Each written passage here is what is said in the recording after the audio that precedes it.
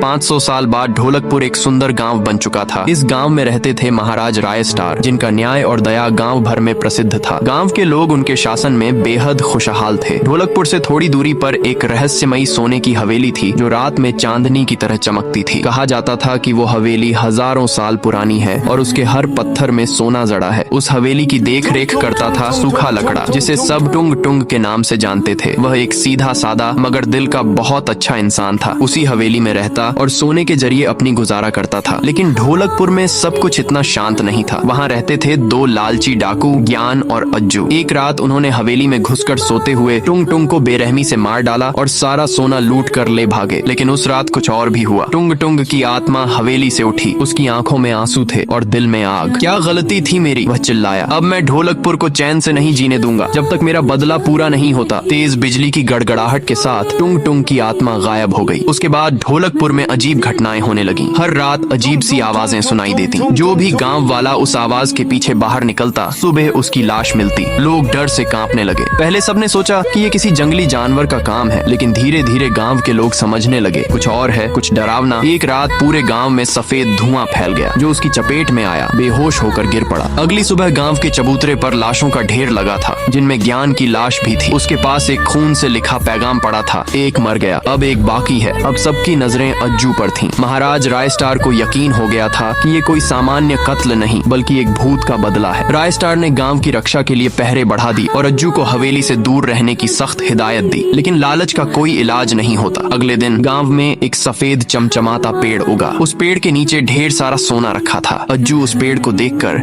लोभ में अंधा हो गया। उसने सोने को छूने की कोशिश की, लेकिन जैसे ही वह पास गया, पेड़ की जड़ें उसे पकड़कर अपनी आग में समा गईं। वो जलकर राख हो गया। पेड़ ने अपना असली रूप दिखाया। वो कोई पेड़ नहीं था, बल्कि टुंग टुंग साहोर था। उसने गूंजती आवाज में कहा, मेरा बदला पूरा हुआ, अब ढोलकपुर में फिर से शांति होगी। उसके बाद हवेली की जगह एक सुंदर बगीचा बन गया और गांव के लोग फिर से हंसी खुशी जीवन बिताने लगे। ढोलकपुर फिर से शांत हो गया।